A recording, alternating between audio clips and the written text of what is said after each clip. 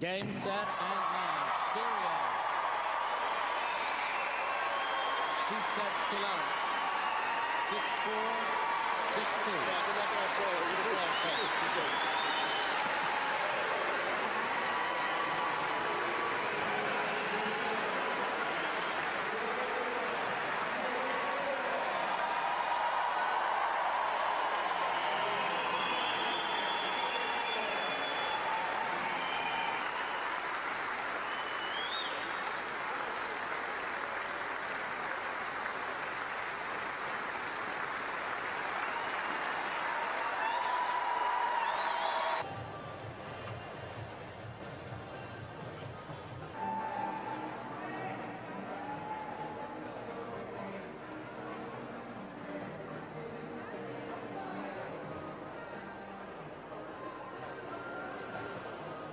Welcome back. Still Sports Tonight. We're broadcasting live from Channels TV, Sports Center in Lagos, Nigeria. I still want to hear from you guys. I see messages pouring in, but still talk to us on Twitter channels, on the Sports Facebook channels, like in Sports. How can we develop the sport of heptathlon in the country? I want to read from a specialist, professionals in track and field events. Yes, if you know long jump, if you know high jump, if you're good in 200 meters, how can we put everything together and support the likes of Moturayo? We'll send it to them that, look, Nigerians are interested in ensuring that you guys succeed in heptathlon. So I'll keep that coming. Twitter channels, _sports, Facebook channels, like Sports. So Moturayo is out of the studio now. Inyobong Monday is back on the show. Inyobong, good to have you on Sports Tonight. Yeah, very good to be back here, Austin. Always an absolute pleasure being here. I know. And for sports fans, it was a busy weekend. And for Arsenal fans, disappointing. Massive disappointment for Arsenal Football Club. I mean,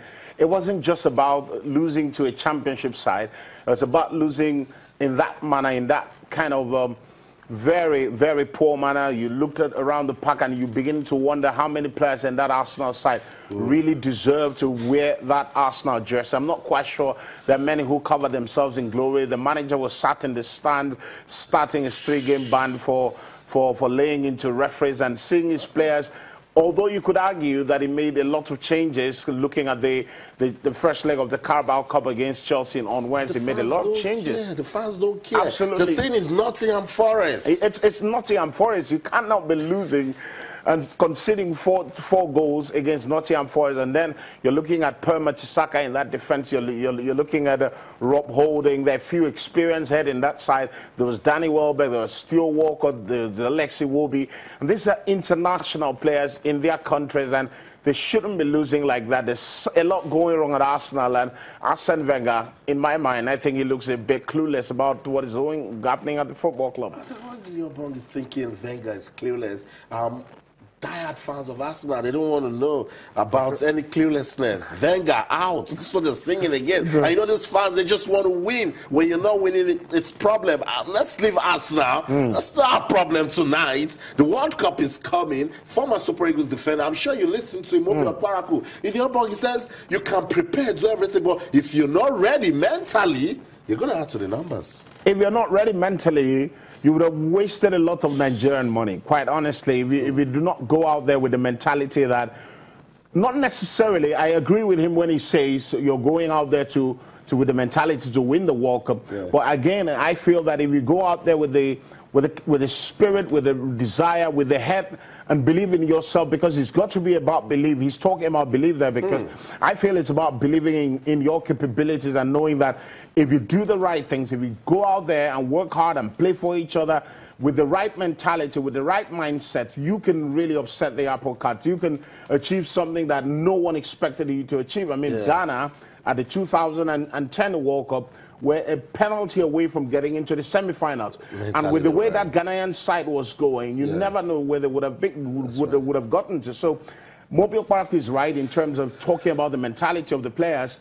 What do you intend personally as a player? What's your mindset going to the World Cup? Are you going to be one of just playing as one of the teams, or in your mind you want to go out there and show that Nigeria can play football, and we can get as good as we give? That's right. It's what you sow, you reap.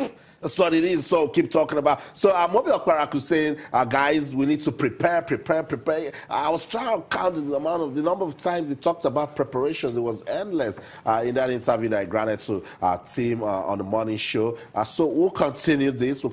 Talk to more coaches, more ex-internationals. He cited France 98. Remember the way Nigeria defeated Spain 3-2. Even if you cannot remember, the moment that Sunday Oliseh's shot comes into your brain, you remember everything that happened in that game. Starter of a goal. It was an absolute blockbuster. It was a sort of strike that you feel that you're not quite sure he will hit a ball as good as that in the rest of his career, because he hit it as with everything Nigerian. He hit it so well that, as we commentators like to say, it stayed hit. The goalkeeper, Zubi Zarata, I can't not forget him, was playing for Barcelona at the time, top goalkeeper in the world. Top-class Spanish team. I mean, he was beaten, and he was beaten all hands up. And you look around that side, and there's a lot more confidence, a lot more quality about that Super Eagles side. You looked around, there was Mutiu Adepoju, there was J.J. Okocha, there was Kanu Nwankwo, there was Victor Ikpeba, and these are guys who were playing at the peak of their playing powers. And I feel confidence is very key going to the World Cup. I mean, when you go to the World Cup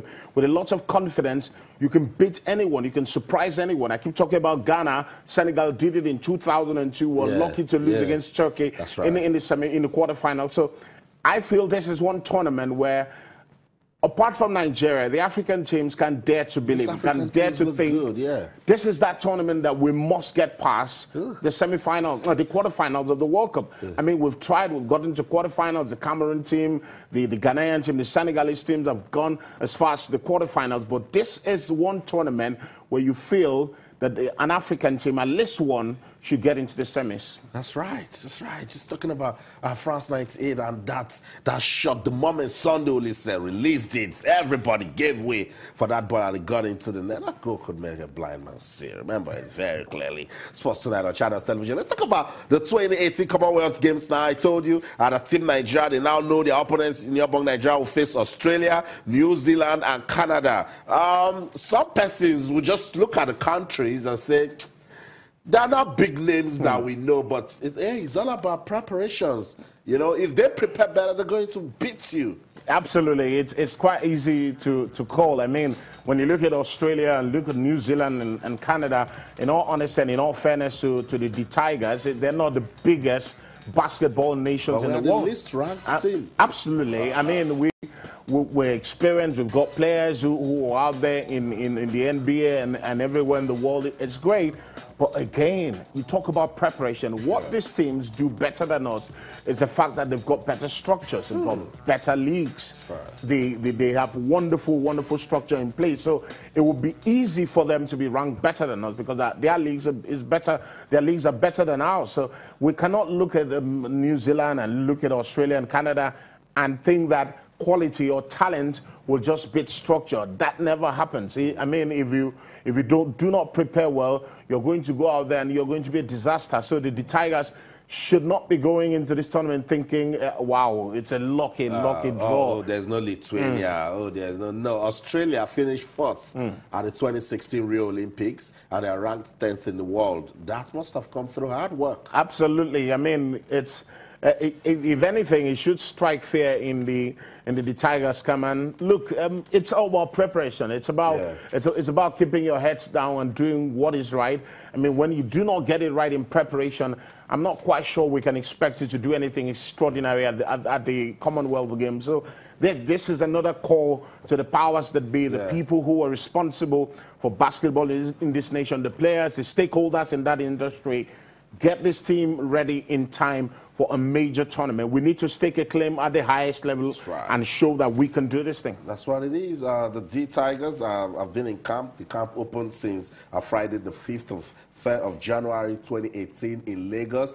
First phase of the camping. Home-based players have been invited. So they're preparing. Let's see what they can give to us when the Commonwealth Games gets underway. Hopefully, administration will also be all right, because that's very, very important. Yeah, but we keep saying that everything rises and falls on leadership. While they're getting ready in February, FIBA says we are coming.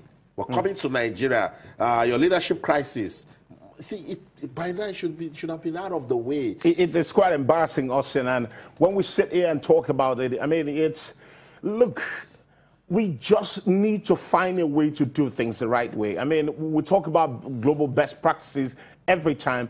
Are we applying that? Are we doing that in this country? I'm afraid to say no. And it's something that we've got to sort out. And when FIBA are coming with, there was a ban hanging over FIBA's head last year. It didn't quite come through. I mean, we need to find a way to sort out our home. I mean, sort out the house. I mean, so that the players can concentrate on action on the courts. I mean, it's quite shameful, us, and quite honestly. And I hope I feel for you. You struggle to find the words because you just want to come here and talk about games, players, coaches, and then talk tours, friendly matches. That's what you want to talk about. Not about who is heading the federation. Okay. About grades.